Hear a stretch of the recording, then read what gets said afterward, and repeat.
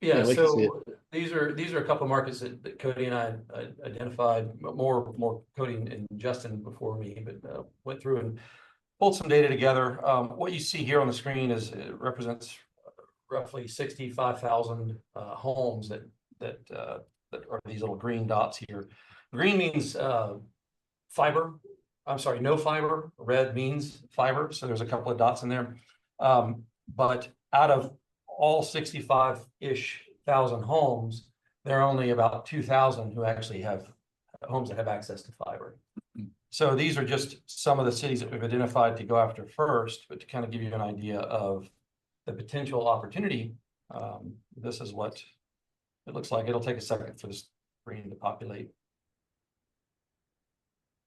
There's quite a few of them. That's still impressive. Yeah.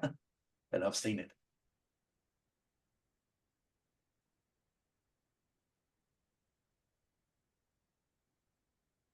So there's, this represents about 370,000 homes within this area that do not have access to fiber. Some of them don't even have access to DSL or cable. They're satellite only.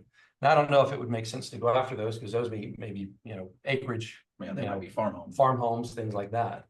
But I guess my point in showing this is that there's definitely an opportunity. Nobody's focusing on these rural and tertiary areas.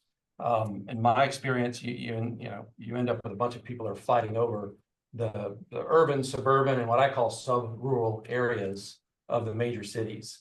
And as I mentioned earlier, back in the dial-up days, I saw a lot of guys do very, very well focusing on these smaller markets and owning the market.